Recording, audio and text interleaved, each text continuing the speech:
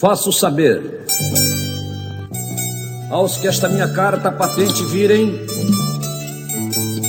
que, tendo a nação dos índios guaicurus ou cavaleiros solenemente contratado perpétua paz e amizade com os portugueses, se sujeitar e protestar uma cega obediência às leis de sua majestade,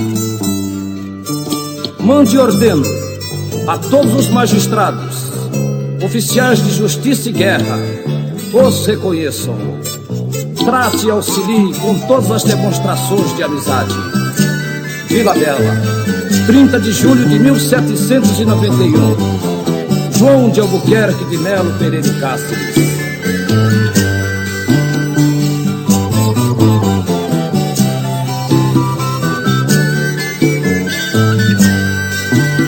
No velho Brasil central, cerrados e pantanais, na lenda dos Cadwells, terra e mar de Xaraés, terra e mar de Xaraés.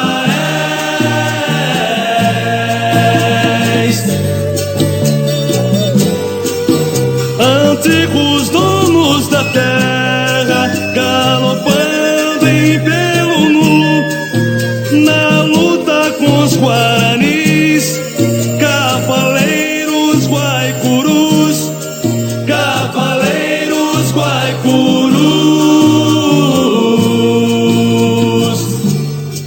resistentes e uma raça, Yandevá e Caiobá, Tupis, Terenas, Patós, guaicurus e paiaguás, guaicurus e paiaguás.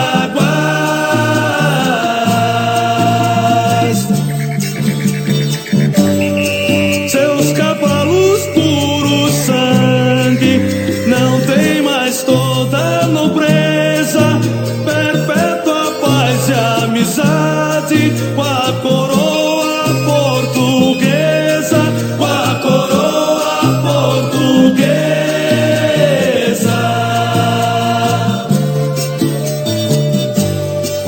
Na serra da Bodoquena, 100 léguas de pasto e mata, o filho chora e não nasce no ventre dos Cadwells, no ventre dos Cadwells.